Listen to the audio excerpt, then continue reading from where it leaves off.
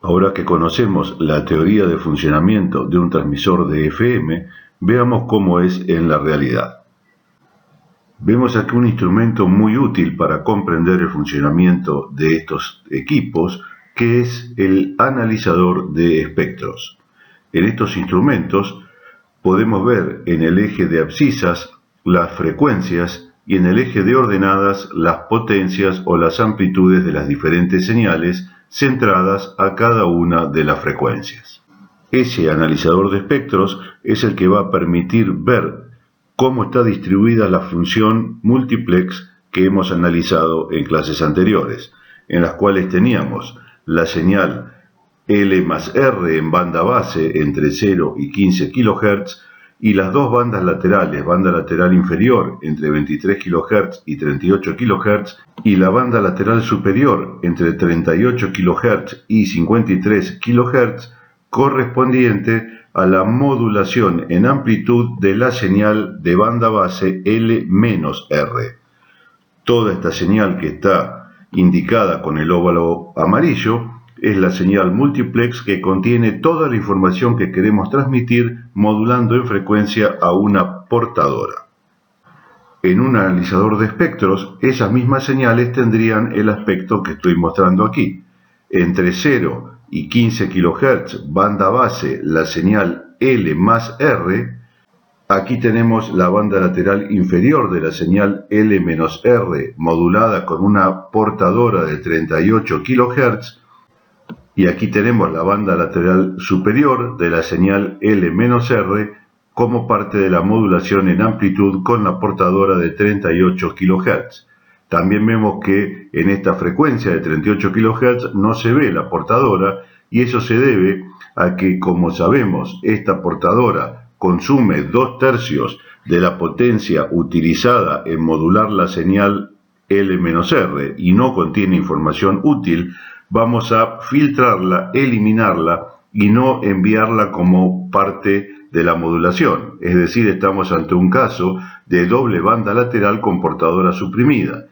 Sabemos también que vamos a necesitar parte de esa señal, aunque sea una pequeña muestra de la portadora, para poder reconstruir en el receptor la señal de información, la moduladora.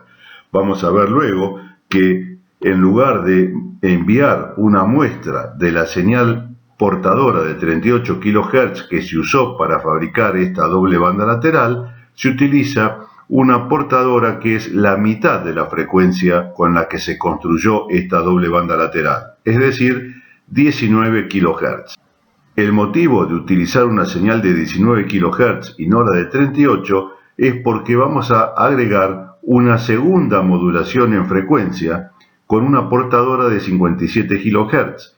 Esta portadora de 57 kHz proviene de multiplicar por 3 a esta de 19, es decir, la de 19 la multiplicamos por 2 para reconstruir la portadora que dio origen a esta doble banda lateral, y la de 19 la multiplicamos por 3 para reconstruir la portadora de la señal de AM que dio origen a la modulación que se ve en este extremo de la banda.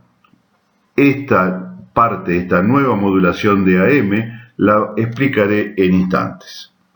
Obviamente, si hubiéramos utilizado la de 38 kHz y la multiplicamos por 2, tendríamos una portadora de 76 kHz para fabricar esta doble banda lateral que tenemos aquí, lo que lleva la banda hacia la derecha y hace que todo el ancho de banda de la señal multiplex sea mayor, es decir, estaríamos ocupando mayor espacio disponible para enviar una información. Ese es el motivo por el que se decidió trabajar con una frecuencia menor que multiplicada por 2 y por 3 permita fabricar estas dos señales moduladas en amplitud, una centrada en 38 kHz y la otra centrada en 57 kHz.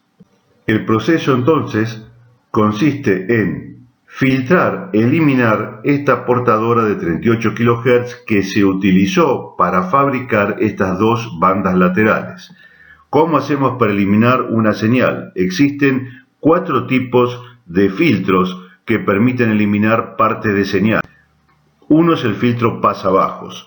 El filtro pasabajos elimina la señal a partir de una frecuencia de corte hacia frecuencias más altas y deja pasar las frecuencias desde el corte a frecuencias más bajas. Obviamente, este dibujo donde vemos un escalón abrupto no representa la realidad, ya que normalmente vamos a encontrar una señal con un pico y con una forma curva en el cual se va atenuando la señal a medida que la frecuencia crece. El corte no es un corte abrupto.